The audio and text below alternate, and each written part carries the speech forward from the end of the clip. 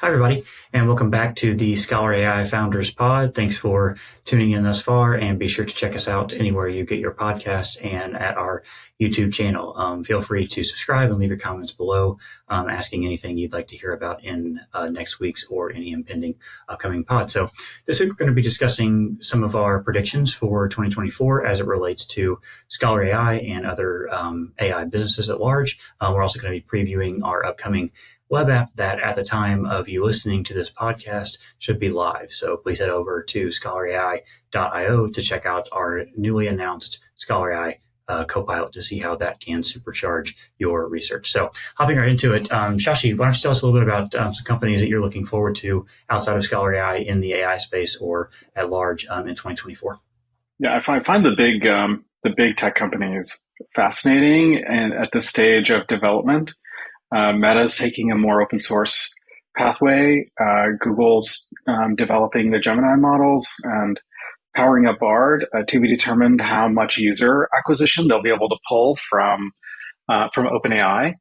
OpenAI is going through this really interesting sale of equity and employees trying to get liquid from the valuation increase of OpenAI in the secondary market, which will be fascinating to see how much equity value is perceived to exist in that LLM space. In the past, we talked about that potentially evaporating in value. So I won't be a buyer of those secondaries, but it'll be interesting to see what the reality is in comparison to how much valuation they've raised against thus far.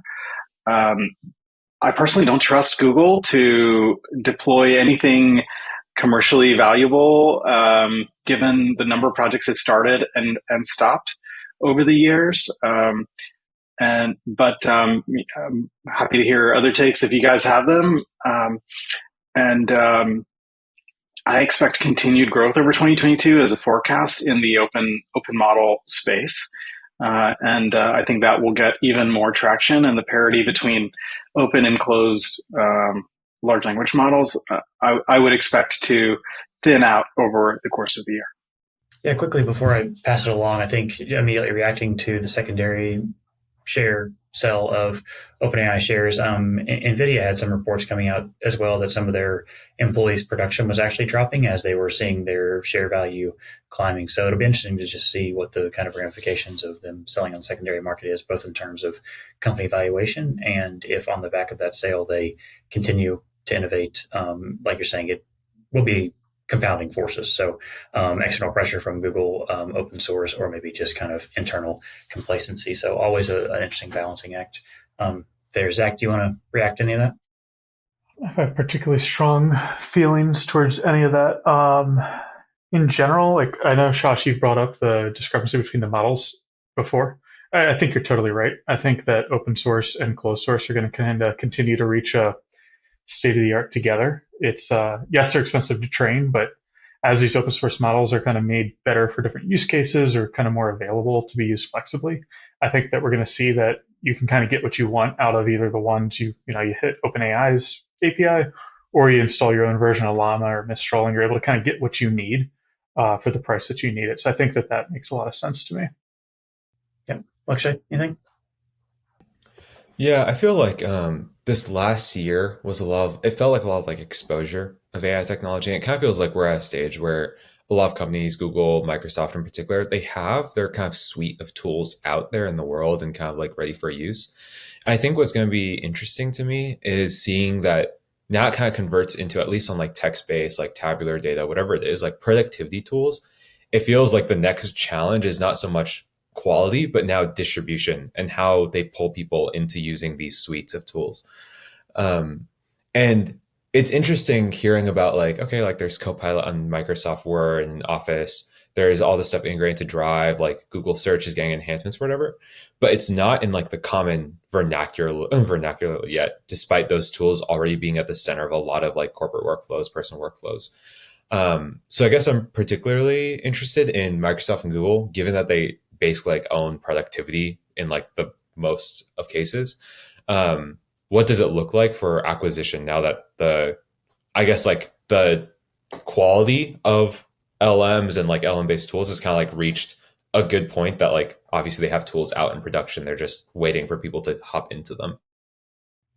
Yeah, it feels like in some ways it's a continuation of a conversation we've had several times, which is the juxtaposition of the horizontal versus verticalized approach. So are people going to gravitate towards using these large language models and these AI systems in applications that are already native to their workflows? Specifically the Google suite of products, the Microsoft suite of products, Adobe suite of products, as an example, for the more creative professions, or are people going to almost integrate brand new tools that are specialized, novel forms of UX, UI into their workflows and kind of, replacing some of these legacy systems with these kind of, evolutions of tools or so? I don't necessarily know that I have an answer to that, but it does feel like a lot of the battle in the AI space as we look into the new year is going to be fought on that UX UI front, if in fact our intuitions are correct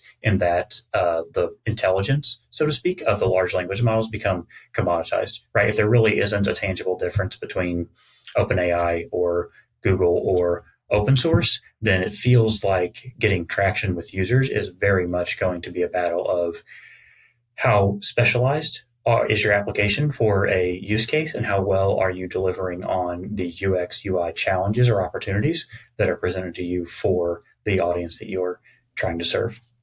Any thoughts in response to that? Did y'all hear about Microsoft? I think this was this past week. Microsoft said that they wanted to put like a Copilot button on their keyboards, like on Windows computers, having just a single Copilot button. And that, to me, like, that's fascinating. I don't think like, obviously we've had like applications, like we've had ChatGPT, you go to a browser, you type in stuff. And there's obviously like a lot of potential for just having like some LLM system that's able to interact with your like file directories, your applications. Like saying operating system obviously has a lot more weight than it does to just say like your computer itself. But if that sort of thing does emerge, where it's just like, I tap a button and I say like, hey, I have some like file like deeply nested somewhere. Like, can you go find that for me? I'm missing some data on this one thing. If that works, like that'll be amazing. But I'm also thinking about the same time that like Microsoft has had like Cortana for something like a decade and it's been completely useless. Like every time I get a Windows computer, I find Cortana and manually uninstall it on setting up my computer, right? So it feels very much like execution has to be really well thought out, because especially if they're trying to integrate into like existing tooling, and it's like if it ends up being more intrusive than it does like helpful, who knows what will happen. Yeah. Microsoft is so good at acquisitions and so bad at software development. It's like it's like shockingly bad. I, like you, literally have to go in and uninstall like the 5 garbage apps that come with every Microsoft computer. Mm-hmm. but counterpoint. Look at how good they are at acquisition. Like they've just finished. They finished a year ago the Activision Blizzard, the Call of Duty kind of franchise. They're like the modern day Disney. They're pulling directly from the Disney playbook. They bought LinkedIn. They bought Nuance Communications a few years ago, the healthcare company. Skype. They bought GitHub. They bought most of Nokia when Nokia was going belly up. They bought Mojang and all of Minecraft.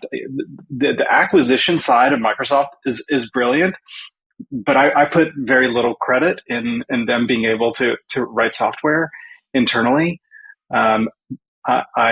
I can imagine Apple having a really cute name for their new key on their keyboard that does basically exactly what Microsoft just suggested. But Apple will crush it on the branding. Yeah.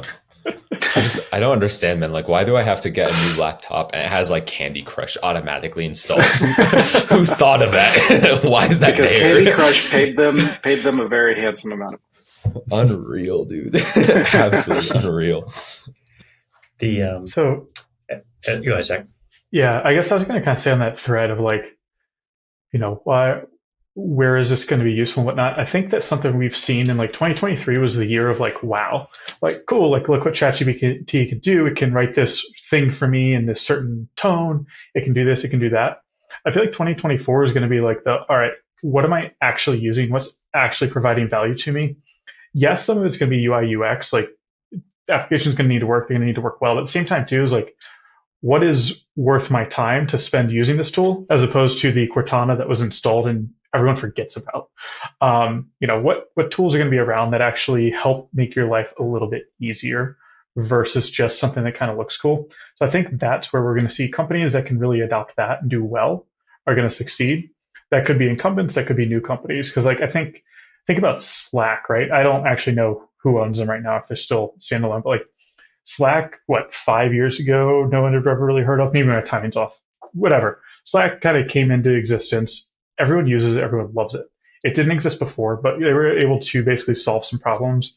They were able to simplify workflows and kind of provide value to people that they weren't getting from existing incumbent tools like, I don't even know, the team. I think Teams didn't even get as good till Slack was kind of there. But I don't know. I think companies that can provide value or kind of solve problems and make things easier are going to be the ones who kind of win out in this field. With that, UI UX is going to be essential, but I think that's really where we're going to see 2024 is AI that actually helps you instead of AI that looks cool. Yeah, I think two things come to mind. Number one, I'm pretty sure Salesforce owns Slack, but then number two, as Lakshay, Joshi, and then Zach, you kind of nailed it there with the productivity versus novelty aspect. The thing that I was thinking about when you were talking about Windows putting a button on the computer that activates their large language model, I've seen several instances where people are mapping the new action button on the iPhone 15 to the ChatGPT mobile app. And it's just interesting to think about, I think, how much of that is out of novelty and how much of that is actually like you're saying, file finding on the device or just kind of productivity assistance versus how much of it is just a quick Google alternative. Meaning like, I just need an answer to this thing. I'm curious about who owns Slack as an example. And instead of, going to Google and searching for it, I'm just going to tap the action button on my iPhone or push my, Google or your Microsoft large language model button on my computer and just simply ask that question, get a response back, and then move on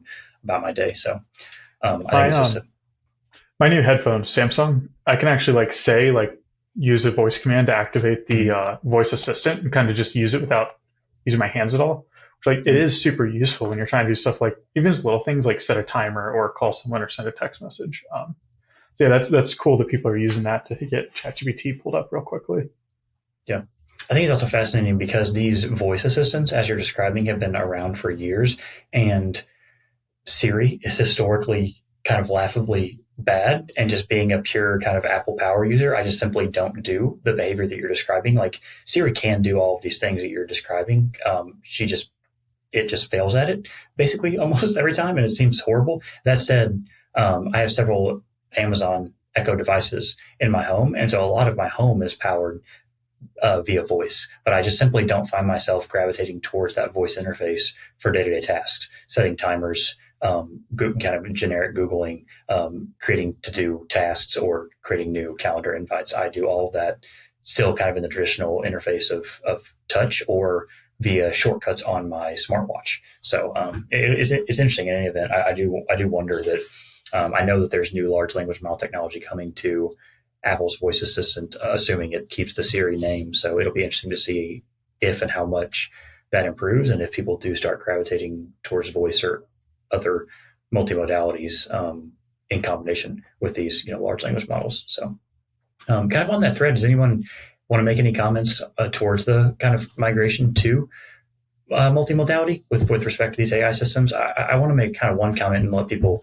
react to it, because I've watched kind of the progression of AI image generation over the last, let's call it 12 to 14 months. And in some ways, I'm very surprised at how much better it's gotten in that amount of time. And honestly, to the point where while I am in almost all cases very optimistic about technologies, I do wonder how quickly the public is going to be able to decipher kind of fiction from reality with AI generated images. And, I think we could have a long discussion, and maybe we should in some ways, about the potential implications of that, both positive and negative. But I've just kind of been taken aback in some of the most recent AI generated kind of art forms or photography that I've seen, and just how much they resemble real life. Kind of the hallmark hand distortions and even word distortions are seemingly being corrected on a kind of accelerating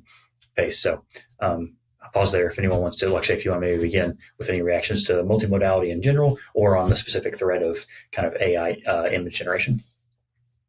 Yeah, my understanding is that like with current tools that are like quote unquote multimodal, in the sense that like if you look at ChatGPT like 4, like the default version that lets you generate images, lets you like talk in text, my understanding is that it's multimodal insofar as that like you can put something in text and it'll output different types of content. But fundamentally what's happening is it's multiple different models. They're using, if you ask for something, it takes the prompt, realizes you want an image, goes to the image generation model. If you ask for text and it only needs a textual response, goes to the text generation model, replies with that, right? So it's not, I don't think it's to the point where like, well, we can have like one supermodel that's like perfect for text generation, can recognize images. You can keep them all in the same embedding space. I don't think we're there yet.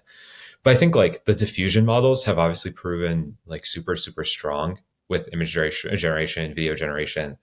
I don't know. I think like the problem of like being able to recognize fake like AI generated content is an absolutely growing one. There's ideas of like having the AI watermark on content. But I don't know. I feel like a lot of startups are trying something in that space, but feels like something that's more bound by regulation more than anything else. I don't know if regulation's up to date on, I guess, the state of things. I guess at the end of the day, if there's nefarious use, isn't going to be outside of the regulation anyway. If people are trying to do things like influence people's opinions on political matters or things like that, I imagine that no amount of regulation of watermarking is going to require that or not. So yeah, no, it's like a weird world we're heading towards where like you can't know if something's real or not necessarily, based on just kind of seeing it. That's where I think, to harken back to kind of where we started, right, is being able to have kind of a ground truth or some sort of source to be able to definitively say like, all right, this source is vetted, is super important. And so like understanding where images come from, things like that is it's going to be difficult.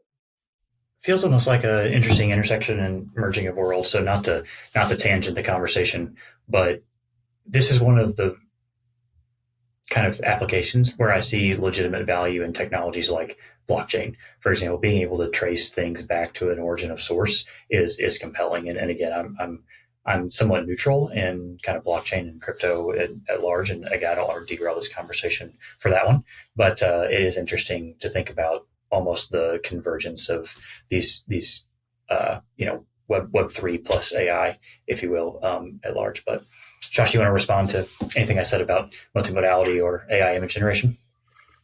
Yeah, I'm going to expand on an earlier point that Zach made, which is we've got these really interesting technologies, and the question now is how do we insert these technologies, whether that's image based or text based or some other kind of read and write based transformer, to enter into work streams. Where can we enter into a work stream that creates value, and where can we enter into work streams where that value is additive and either saves time or grows financial return for the business that's investing in them? Those are the points that become super interesting. I don't know those points for every industry or really have a perfectly clear picture for any industry at this point, and I don't think anyone else really does either, or very few people do. But I think that's really the question. What's the question to ask is how do we take all these multimodal capabilities, the variety of mobile based LLMs and large language models that are kind of the most advanced, best in class, and how do we insert these into work streams to create value, create time, increase capital return? Yeah, I think it's well said. I think that as we've done exploration with users and potential users for ScholarAI and internally and externally, the thing that keeps popping up is how can I use this tool such that it is additive and not disruptive, right? How can I inject this into my working practice such that I'm increasing my productivity without distracting from what I was kind of already capable of doing. On that thread, I want to pivot the conversation a little bit to some exciting news coming out of ScholarAI. As I alluded to in the beginning of this podcast, we have, as of the release of this podcast, released the ScholarAI Copilot. The ScholarAI Copilot is a dedicated web application that in some ways mimics the feature set that is available in both the ScholarAI plugin and the GPT, while also providing users access to new features and new upcoming features. Currently, the ScholarAI Copilot is available in a beta version usable by all ScholarAI premium subscribers. But we're very excited for this tool, and I think looking externally and looking in the future, we're excited to kind of mark this as a launching point for various things we're going to be able to provide users. So, Lakshay, you and the team at ScholarAI have been spending the last several weeks and several months even building this tool. So why don't you take us through a little bit of some of the highlights of the tool, maybe a little bit of behind the scenes for development, some of the things that maybe you're most excited about, some of the things that users may expect in the tool, and maybe anything else that you think is important. Yeah, so I think upon release, it's gonna be a pretty familiar experience for those who've used this before. But I think the thing we're most excited about is for a lot of our users, like ChatGPT was prohibitively expensive, like to pay $20 a month for something to then pay $4.99 or $8.99 for us was just obviously like an obstacle. There's so many users who have had inbound to me just saying like, hey, like I didn't realize that I had to get ChatGPT Plus. I can't do that. Sorry, can you like offer me a refund? Happily take care of that, but we're hoping that the first problem we solve is just like science should be accessible. Let's make it accessible. Our tool started on that ethos. Let's continue that, right? I think going forward, there's a lot of really exciting potential for what we're going to do. First off, right now it's based off of ChatGPT Turbo. So like the most advanced model, higher than what GPT is currently using. So you can expect like more quality responses, more like a little bit better of a knowledge cutoff. And we can then go ahead, and I think with our own web app, like that gives us a lot of opportunity to operate outside of the bounds of a plugin. A plugin has its value, and obviously has been super helpful to us so far, and users have been able to get a lot of value from it. But I think going forward, like owning a UI, even if you are still a plugin user, just having a place that we can kind of land you to then power up features. For example, like uploading your references, like managing your entire corpus of data, managing projects, and finding more and more relevant content, sharing your like current progression through your knowledge space with others. There's all sorts of stuff that we can do when we're not limited by the UI of ChatGPT.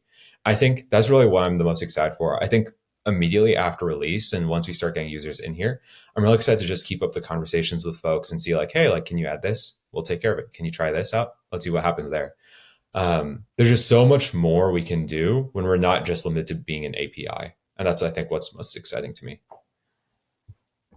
Yeah, I think restating some of what you said in a slightly different way, users that are gaining value from both the plugin and the GPT can experience elevated experiences, both because the large language model powering the Copilot is more powerful than the large language model currently powering ChatGPT, and also they can expect elevated or more personalized experiences because we are no longer confined to the simple UX UI that is the chat interface. And that's, I think, on a similar line, I'm very excited to see ways that we can enable and kind of innovate on that front end experience going beyond just the simple chat interface. I think there's a lot of room to grow. And it's a really exciting sandbox to be able to play in, to be able to deliver great value to users beyond just a simple chat interface. So, Zach, what do you think? You want to build on any of that with your experience kind of building this product?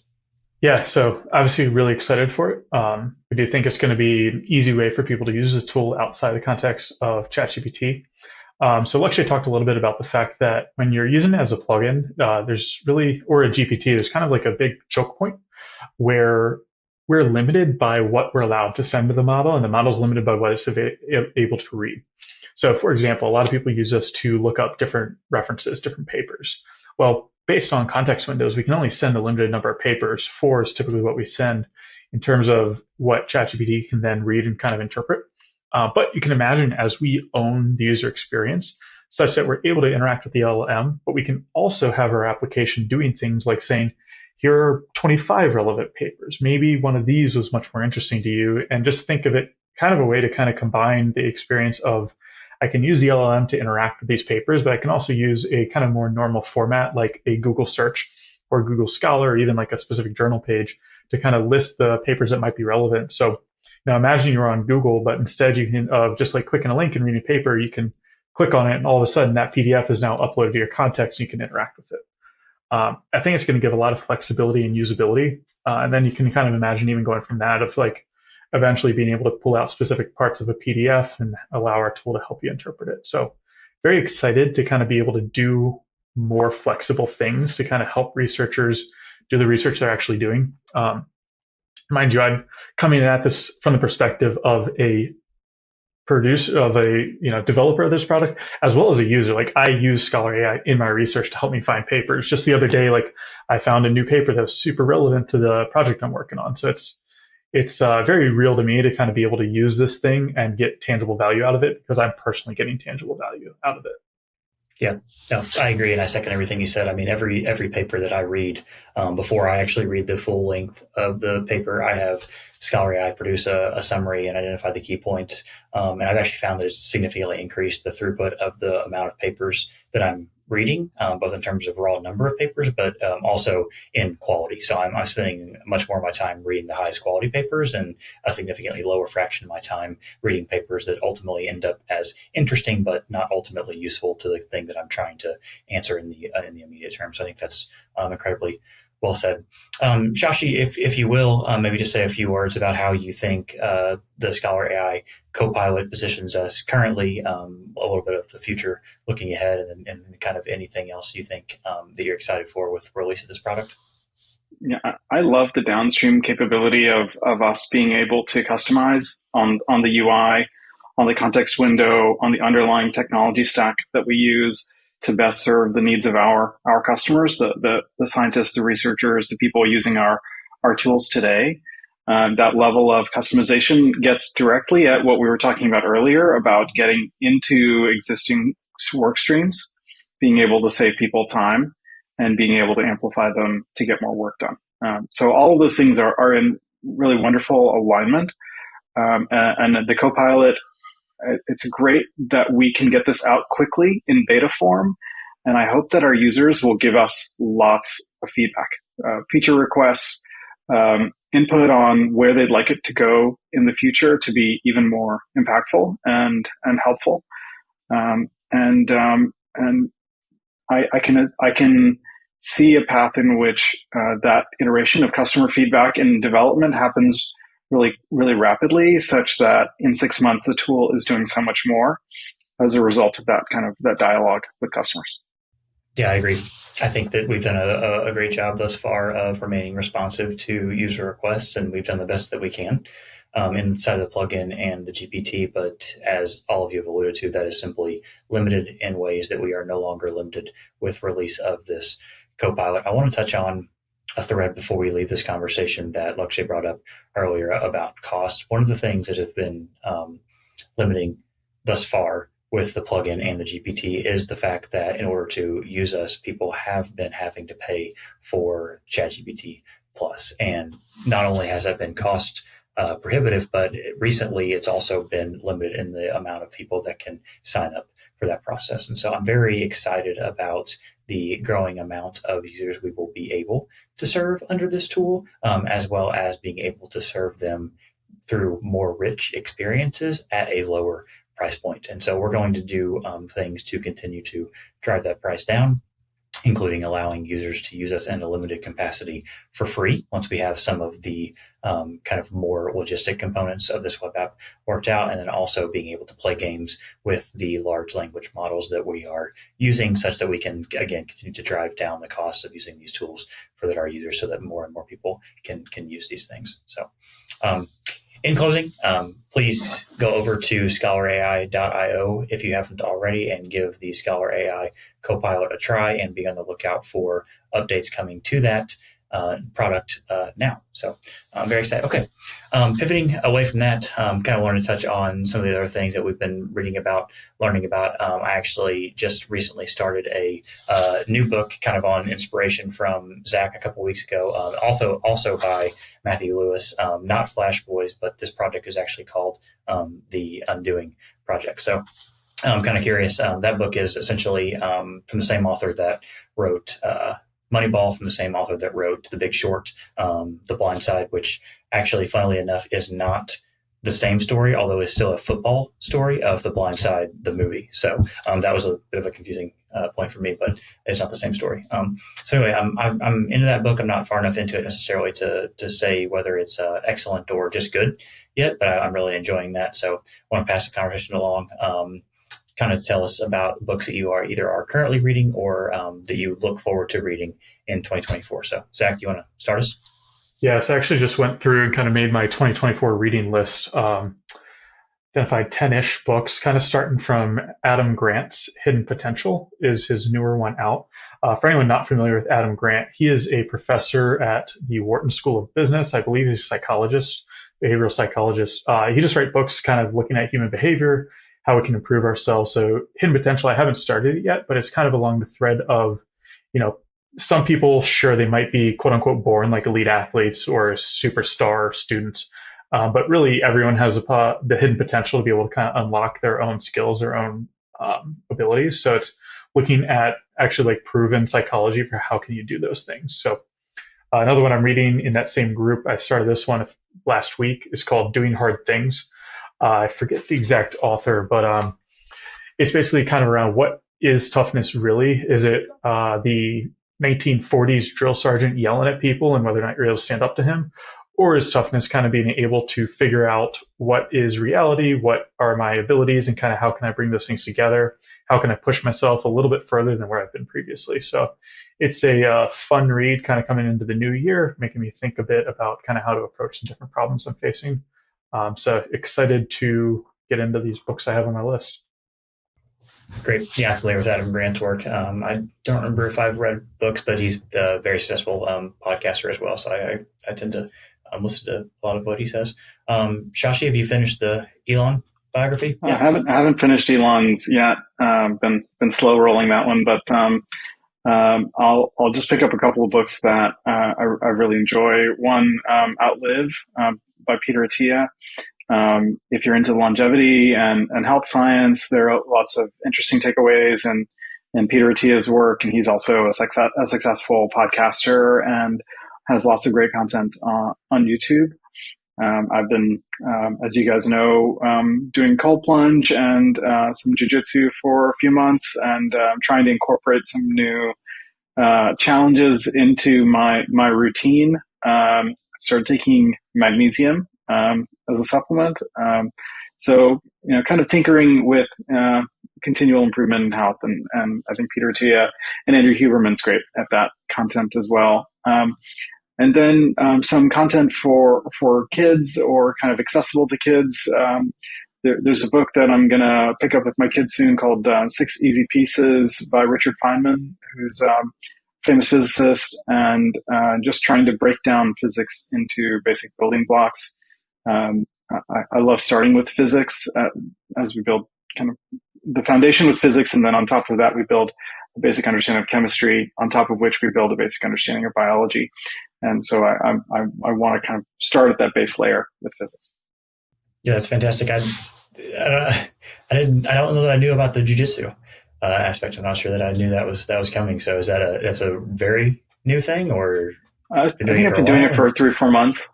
I do it once a week. It's like I do a 90-minute super hard jiu-jitsu workout. I'm like a puddle of sweat at the end of this thing, and then lift weights for 30 minutes stupidly with the same system, and then cold plunge.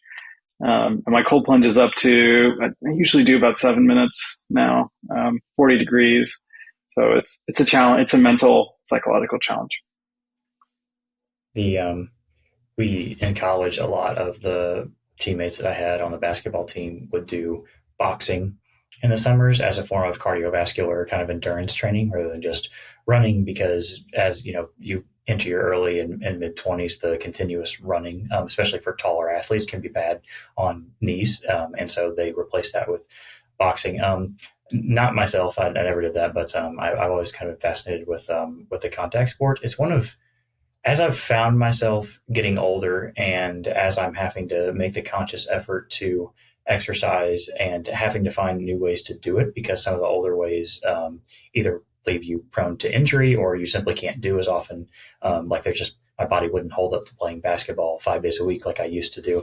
I find it critical to engage my mind in a way that doesn't let it wander. So if I just, example, running on the elliptical or riding the bike or something like that, it's too easy for my mind to wander and want to pick up work tasks or other related tasks that I can't focus on the workout. And so in context or in contrast to that, doing things like climbing or what I presume are combat sports, such that if you kind of forget to focus for a moment, you end up in kind of dire straits, is a really nice forcing function to kind of commit to the workout. So I did that for a while. I was rock climbing, do the lift weights, but play basketball when I can. But the jiu-jitsu will be an interesting thing to kind of follow up on. I've always been curious about contact sports, but I don't think I like taking impacts enough to ever actually give it a try. So, there is a jiu-jitsu gym less than 10 minutes from where we live.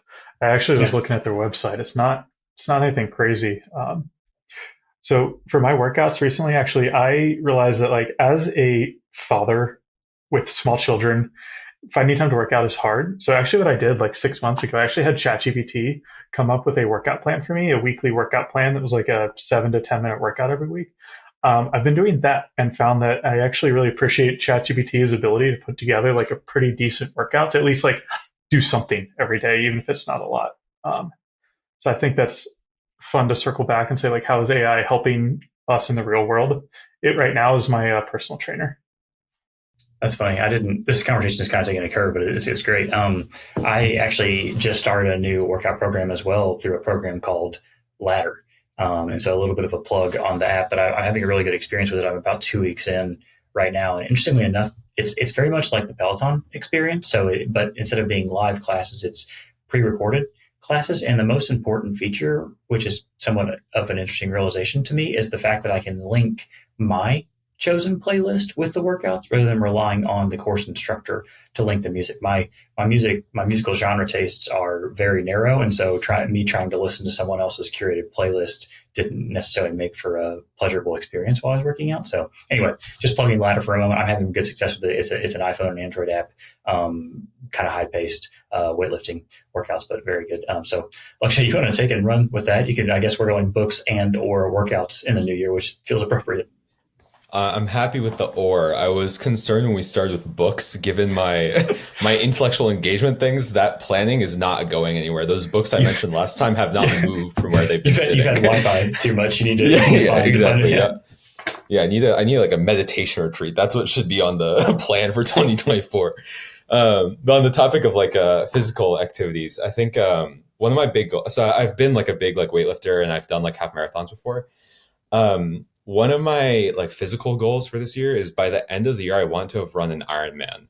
And so my like cardio is like way shot. Like right now, like I'm very much on the like bulking side of like the bulk cut cycle. And so I need to cut quite a bit of weight before like I'm ready to like run any sort of distance and get my heart like health back up. But I'm looking forward to that with the marathon. When I was training for it, I injured myself right before, but I got up to like 18 miles.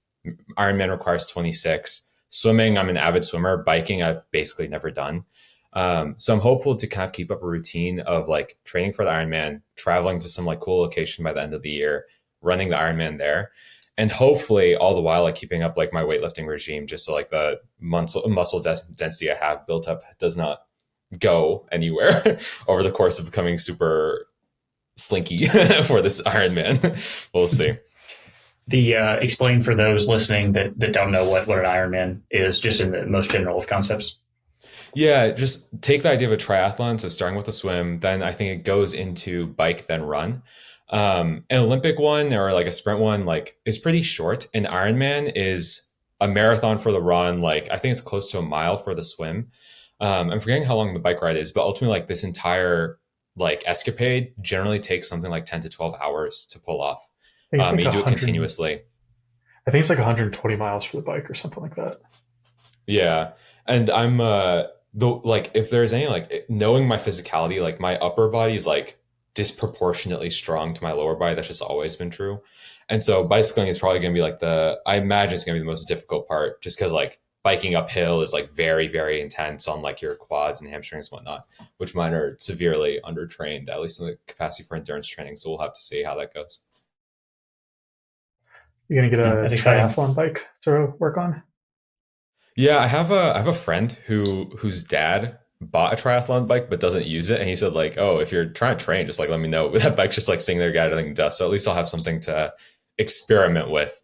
I grew up, and I guess like the bikes we currently have at home are all mountain bikes, which might not be exactly ideal for trying to train for a triathlon, or maybe in like a weird like extreme altitude training sort of avenue. Maybe it's for the better that I try that thing out for the beginning before converting to something that makes it easier.